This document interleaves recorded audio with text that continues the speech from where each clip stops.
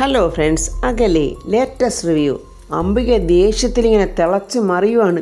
ഇവള് പറഞ്ഞ മര്യാദകളിനൊക്കെ ഞാൻ എന്ത് മറുപടിയാണ് പറയേണ്ടത്? ഞാൻ പറഞ്ഞ സത്യം തന്നെ. ഇവർ കൊലപാതകയാ. ഇവരാരെ വേണമെങ്കിലും കൊല്ലും. കൊലപാതകയാ ഇവരെ ഞാനിന്ന് കൊല്ലും എന്നും പറഞ്ഞ് യാമിനി ദേഷ്യത്തിൽ അംബികയുടെ കഴുത്തിന് കയറി പിടിക്കുവാണ്. അത് കണ്ടിങ്ങനെ എല്ലാവരും ഞെട്ടി നിൽക്കുവാണ്. അംബികയാണെങ്കിൽ കൈവിടറി എന്നൊക്കെ പറയുന്നുണ്ട്. പ്രതാപൻ പറയുന്നു, യാമിനി കൈവിട്. അപ്പോൾ ശേഖരൻ പെട്ടെന്ന് യാമിനി അവിടെ നിന്ന് പിടിച്ചു മാറ്റുവാണ്. ഇത് തന്നെ ചാൻസ് എന്ന് കരുതി അംബിക പറയാ, പ്രതാപ ഇവളെ മുറിയിലിട്ട് പൂട്ട്, ശേഖര ഇവളെ മുറിയിലോട്ട് കൊണ്ടുപോ എന്നൊക്കെ അവൾ ഒച്ചത്തിൽ ഇങ്ങനെ പറയുവാണ്. ഇങ്ങോട്ട് വാ യാമിനി എന്ന് പറഞ്ഞ ശേഖരൻ ഇങ്ങനെ ആ യാമിനിയെ വിളിച്ചോണ്ട് പോവാണ്. പുറകെ അംബികയും പോകുന്നുണ്ട്. യാമിനി അങ്ങനെ ശേഖരനും അംബികയും ചേർന്ന് യാമിനിയെ റൂമിലോട്ട് കൊണ്ടുപോയിട്ട് പൂട്ടുവാണ്. ഇതൊക്കെ കണ്ട് ആകെ ടെൻഷനോടെ നിൽക്കുവാണ് പ്രതാപൻ. ഈ കാഴ്ചയൊക്കെ കണ്ട് വളരെ സന്തോഷത്തോടെ നിൽക്കുവാണ് ദീപക്. രാജുവും ഹൃദയം കൂടെ വേണുവേട്ടനോട് എന്തൊക്കെയോ ചോദിക്കുന്നുണ്ട്. പക്ഷെ അതിനൊന്നും ഉത്തരം കൊടുക്കാതെ വേണുവേട്ടൻ ഇങ്ങനെ കുനിഞ്ഞിരിക്കുവാണ്. മറുപടി ഒന്നും പറയാതെ ഇങ്ങനെ കുനിഞ്ഞിരിക്കുന്ന വേണുവേട്ടനെ ഹൃദയയും രാജുവും ശരിക്കും ശ്രദ്ധിക്കുന്നുണ്ട്. രാജു പറയാ, അച്ഛനെ പലതും അറിയാം, പക്ഷെ അച്ഛൻ അതെല്ലാം മറച്ചു വെക്കുവാണ്. എടാ, എനിക്കറിയാവുന്നതൊക്കെ ഞാൻ നിങ്ങളോട് പറഞ്ഞു കഴിഞ്ഞ്. ഞാൻ എന്തിനാടാ ഇതൊക്കെ മറച്ചു വെക്കുന്നത്? അച്ഛൻ, ഞാൻ പറയുന്നത്, ഈ അംബികാ മേഡത്തിൻ്റെ തടവറയിൽ ഈ മനുഷ്യനെ ഞങ്ങൾ കണ്ടിട്ടുണ്ട്. അന്നാണെങ്കിൽ ഞങ്ങൾക്ക് അദ്ദേഹത്തെ രക്ഷിക്കാൻ പറ്റുന്ന ഒരു അവസ്ഥയിലും ആയിരുന്നില്ല. പക്ഷേ അതിൻ്റെ അടുത്ത ദിവസം തന്നെ ഈ അങ്കിളിനെ രക്ഷിക്കാൻ വേണ്ടി ഞങ്ങളൊരു ശ്രമം നടത്തിയതാ എന്നിങ്ങനെ ഹൃദയം പറയുന്നുണ്ട്. അച്ഛൻ അപ്പോഴേക്കും അംബിക മേഡം അവിടെ നാളെ അങ്ങ് മാറ്റി. അച്ഛൻ എന്താണ് ആലോചിക്കുന്നത്? അപ്പോൾ വേണുവേട്ടൻ പറയാ, ജഗന്നാഥൻ വളരെ വർഷങ്ങൾക്ക് മുമ്പേ മരിച്ചു പോയെന്നാണ് എല്ലാവരും കരുതിയിരിക്കുന്നത്. ഇതിപ്പോൾ വലിയ അത്ഭുതമായിരിക്കുന്നു. അച്ഛാ, സത്യത്തിൽ നിങ്ങളൊക്കെ തമ്മിലുള്ള ബന്ധം എന്തായിരുന്നു? ഈ ജഗന്നാഥൻ ശരിക്കും ആരായിരുന്നു? ഒരു കാലത്ത് പ്രതാപവർമ്മ സാറിൻ്റെ ഇടതും വലതുമായിരുന്നു ഞങ്ങൾ രണ്ടുപേരും. അദ്ദേഹത്തിൻ്റെ വളരെ പ്രിയപ്പെട്ടവരുമായിരുന്നു ഞങ്ങൾ രണ്ടുപേരും. ഞാൻ പല തിരക്കുകൾ കൊണ്ട് മാറിപ്പോയെങ്കിലും പ്രതാപവർമ്മ സാറിൻ്റെ വലങ്കൈ തന്നെയായിരുന്നു ജഗന്നാഥൻ. ഒരർത്ഥത്തിൽ പറഞ്ഞാൽ മനസാക്ഷി സൂക്ഷിപ്പുകാരൻ.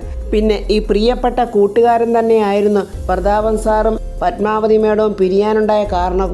ഈ 3 പേരും വളരെ നല്ല സ്വഭാവമുള്ളവരായിരുന്നു. എന്താണ് അവരുടെ ജീവിതത്തിൽ സംഭവിച്ചെന്നൊന്നും എനിക്കറിയില്ല എന്നിങ്ങനെ പറയുമ്പോൾ സംശയത്തോടെ രാജുവും ഹൃദയ ഇങ്ങനെ നോക്കി നിൽക്കുവാണ്.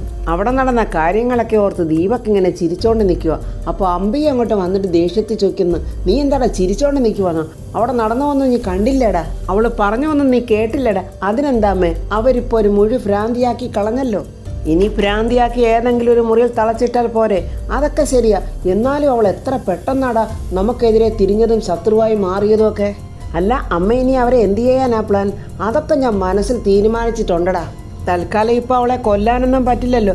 അതുകൊണ്ട് അവൾ മരിക്കാതെ മരിക്കണം. അതിനുള്ള പ്ലാനാണ് ഇനി തയ്യാറാക്കേണ്ടത്.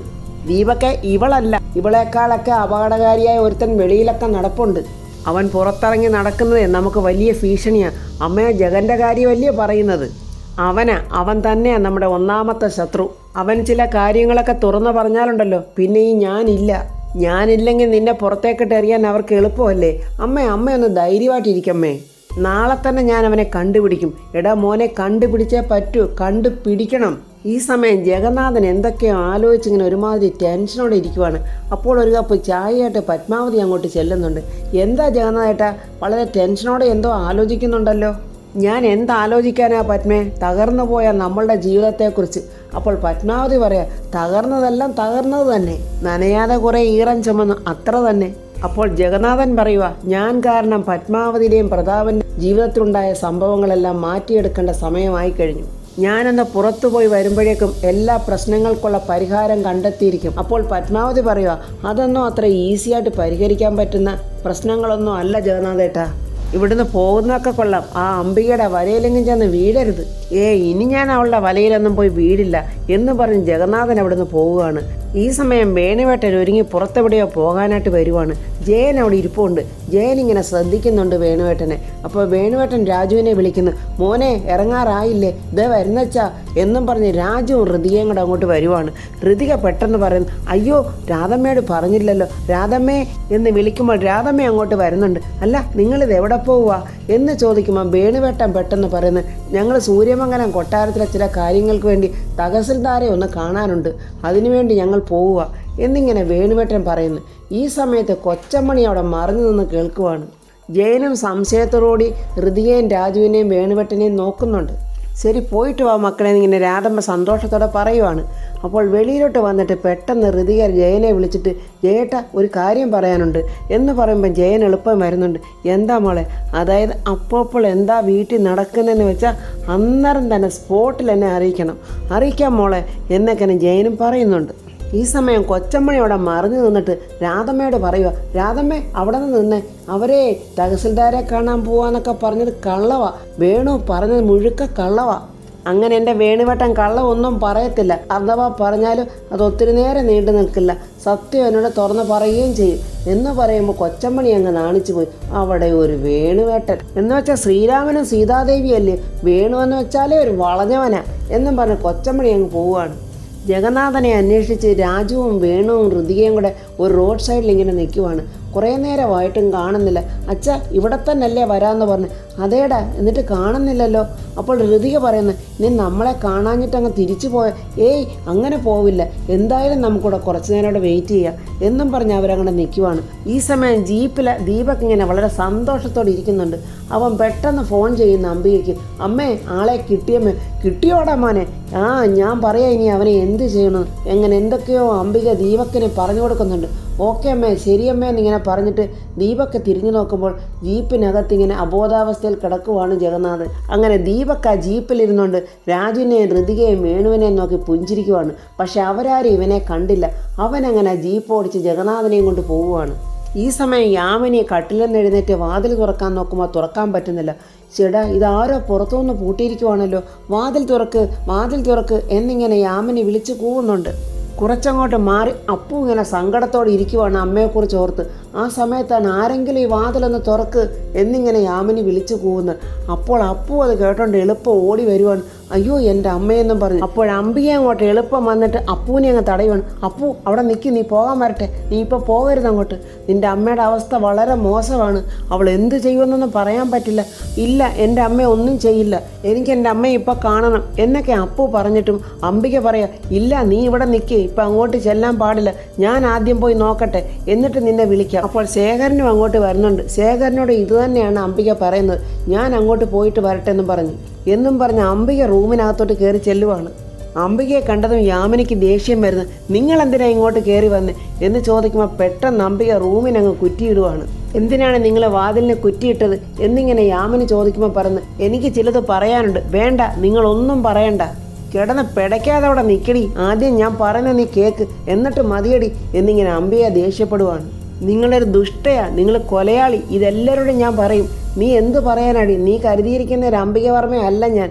നീ ഇനിയും കാണാൻ കിടക്കുന്നതേ ഉള്ളൂ എന്നെക്കുറിച്ച്. അതെനിക്ക് നല്ലതുപോലെ അറിയാം. ആരെയും കൊല്ലാൻ മടിക്കാത്തവളാ നിങ്ങൾ. അപ്പോൾ അംബിക പറയാം, അത് തന്നെയാണ് എനിക്കും പറയാനുള്ളത്. ഇപ്പം നിനക്ക് അറിയാമല്ലോ, എനിക്ക് ജയിച്ച് മുന്നേറാൻ വേണ്ടി ആരെ കൊല്ലാനും ഞാൻ മടിക്കില്ല. നീ വാ തുറക്കാതിരുന്നാൽ നിന്നെ ഞാൻ നോക്കിക്കോളാം. നിങ്ങളെന്താ എന്നെ ഭീഷണിപ്പെടുത്തുവാണോ എന്നിങ്ങനെ യാമിനി ചോദിക്കുമ്പോൾ അംബിക പറയാം, അതെ, ഭീഷണിപ്പെടുത്തുക തന്നെയാണ് ചെയ്യുന്നത്. അതൊക്കെ നിങ്ങളുടെ മനസ്സിൽ വെച്ചാൽ മതി. ഇനി മേലാൽ നിങ്ങൾ എൻ്റെ നേരെ വരരുത്. ഒരുപാട് നിങ്ങൾ കാരണം ഞാൻ അനുഭവിച്ചു. ഇനി എനിക്കൊന്നും സഹിക്കാൻ പറ്റില്ല. ഞാൻ നിങ്ങളെക്കുറിച്ച് എല്ലാ കാര്യങ്ങളും എല്ലാവരോടും തുറന്നു പറയും. അംബിക ഒരു പുച്ഛത്തോടെ യാമിനിയോട് പറയുക, നിനക്കെല്ലാവരോടും തുറന്നു പറയണം അല്ലേ? അപ്പോഴേ ഒരു റെയിൽവേ പാളത്തിൽ ചിതറിക്കിടക്കുന്ന നിന്റെ അപ്പുമോളുടെ ശരീരം നിനക്ക് കാണണം അല്ലേ? ഈ വീടിനുള്ളിൽ ഒരു മുറിയിലെ തൂങ്ങി നിൽക്കുന്ന നിന്റെ ശേഖരൻ്റെ ശരീരവും നിനക്ക് കാണണം അല്ലേ? എന്ത് പറയുന്നു എന്നിങ്ങനെ അഹങ്കാരത്തോടെ അംബിക ചോദിക്കുമ്പോൾ യാമിനി പെട്ടെന്ന് ഭയത്തോടെ കൈകൂപ്പി അങ്ങ് പറയുവാണ്, അയ്യോ ഒന്നും ചെയ്യരുതേ, ഈ വക ദുർമരണങ്ങളൊന്നും നിനക്ക് കാണാതിരിക്കണമെങ്കിലേ ഈ അംബികവർമ്മ പറയുന്നത് നീ അനുസരിക്കണം. യാമിനി ഭയന്നിങ്ങനെ നിൽക്കുവാണ്. അപ്പോൾ അംബിക പറയാ, മൗനം സമ്മതം. അപ്പോൾ യാമിനി അനുസരിക്കും. അനുസരിച്ചില്ലെങ്കിൽ യാമിനി ഭർത്താവിനെയും മകളെ നഷ്ടപ്പെട്ട ഒരു വിധവ. ഇനി ഞാൻ ആ വാതിൽ തുറക്കാൻ പോവാ, നീ പോയ കട്ടിലിൽ കിടക്ക്. അനങ്ങാതെ നിൽക്കുവാണ് യാമിനി. പോയി കിടക്കാനല്ലേടി പറഞ്ഞത്? പെട്ടെന്ന് യാമിനി പേടിച്ച് പോയ കട്ടിലിൽ ചുരുണ്ടങ്ങ് കിടക്കുവാണ്. യാമിനിയെ നോക്കി പുച്ഛത്തോടൊന്ന് പുഞ്ചിരിച്ചിട്ട് അംബിക ആ വാതിലങ്ങ് തുറക്കുവാണ്. അപ്പോൾ ശേഖരനും അപ്പു അവിടെ നിൽക്കുന്നുണ്ട്. എന്തായി ചേച്ചി? അത് ശേഖര, യാമിനിയുടെ അവസ്ഥ വളരെ മോശമാണ്. ശേഖരനാണെങ്കിൽ അപ്പൂവിനെ ചേർത്ത് പിടിച്ച് സങ്കടത്തോടെ യാമിനിയുടെ മുറിയിലോട്ട് പോവുകയാണ്. അപ്പൂവിനെയും ശേഖരനെയും കണ്ട് യാമിനി അങ്ങ് പൊട്ടിക്കരയുക. എന്താമ്മേ, എന്തിനാമ്മേ എൻ്റെ അമ്മ കരയുന്നത്? യാമിനി, നീ എന്തിനാ കരയുന്നത് എന്നൊക്കെ ശേഖരനെ സങ്കടത്തോടെ ചോദിക്കുവാണ്. അംബിക കതകിൻ്റെ അടുത്ത് ഇങ്ങനെ തലയിൽ നീട്ടി നിൽക്കുവാണ്. അത് പെട്ടെന്ന് യാമിനി കാണുന്നുണ്ട്. യാമിനി വീണ്ടും സങ്കടത്തോടെ അവരെ നോക്കി കരയുവാണ്. അവരോടൊന്നും പറയാൻ യാമിനിക്ക് പറ്റുന്നില്ല.